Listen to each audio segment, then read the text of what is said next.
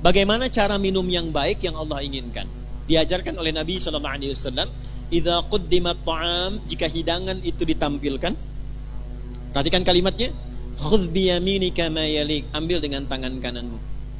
Satu, yang paling dekat denganmu. Ini ada di sini misalnya, izin.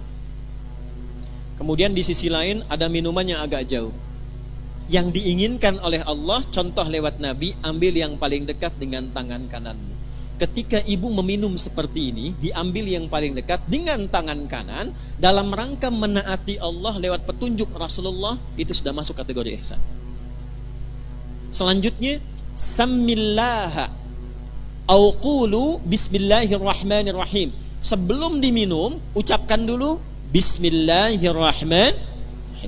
Itu saat dilakukan semua tahapan itu, maka kegiatan minum itu disebut ihsan namanya. Biar jelas ya Bu ya, contohkan ya biar jelas. Ini buka dulu tutupnya ya, karena nggak mungkin diminum dengan tutup ya. Ambil dengan tangan kanan, jelas. Sebut nama Allah, bismillahirrahmanirrahim, minum. Alhamdulillah. Jelas? Belum jelas? Ambil dengan tangan kanan, sebut nama bismillahirrahmanirrahim. Jelas? Alhamdulillah. Maka saya pelan-pelan, kegiatan minum itu yang disebut dengan ihsan, dan dia menghasilkan nilai di sisi Allah, disebut dengan hasanah namanya. Nah, hasanah inilah yang kemudian melahirkan apa yang kita sebut dengan berkah. Berkah. Ini dia. Teruskan turunannya. Berkah inilah yang mengantarkan pada kesuksesan dan kebahagiaan. Sukses plus bahagia. Ini asalnya. Dan keduanya ini tidak berhenti di dunia. Sepanjang dilakukan dengan sifat ihsan, ditulis dengan hasanah, keluar sifat berkah, mengantarkan pada sukses dan bahagia, dan perjalanannya terus panjang mengiringi sampai ke akhirat. Sampai ke akhirat. Pelan-pelan ya. Ini poinnya. Makanya sering kita katakan di lisan kita, saya pengen cari berkahnya aja. Saya pengen cari berkahnya. Nah, berkah itu bukan harus kita tafsirkan sedikit, tidak. Bisa banyak. Bahkan kalau kita lihat bahasa Al-Quran, lafaz berkah dalam Al-Quran itu yang paling menarik ketika benar dikerjakan dengan sifat ini, itu dijamakkan bentuknya. Bentuknya jamak. Yuk, saya gali dengan cepat sedikit ya Bu ya. Pelan-pelan lihat rumusnya sini. Pekerjaan dikerjakan dengan apa tadi?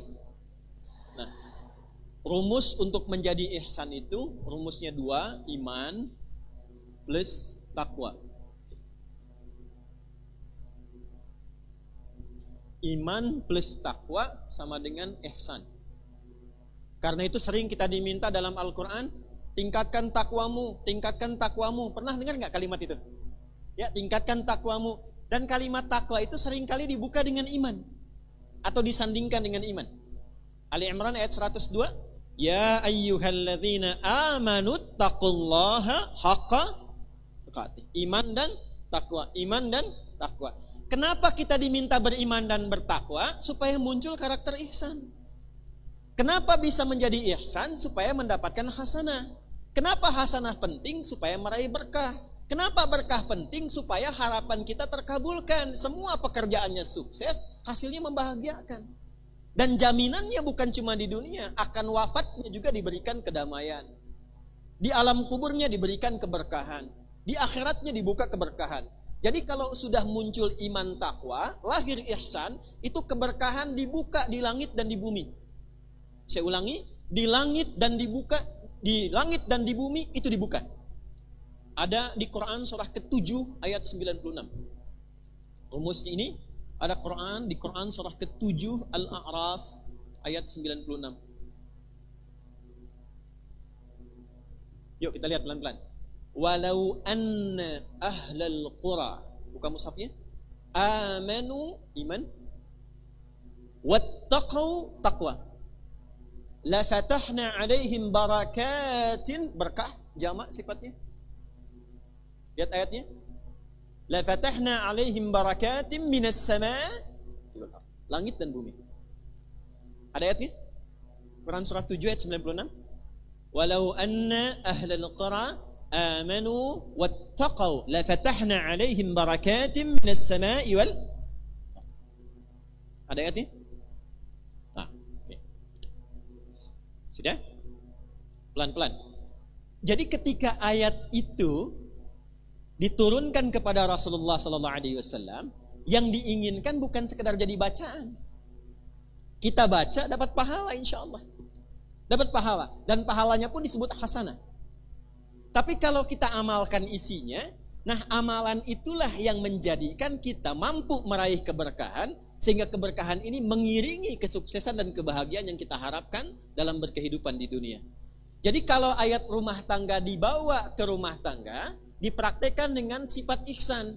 Suami menjadi suami dengan sifat ihsan, istri mempraktekkan ayat Quran dengan sifat ihsan, maka kehidupan rumah tangga akan cenderung mendapatkan berkah. Berkah itulah yang mengantarkan pada kebahagiaan dan kesuksesan.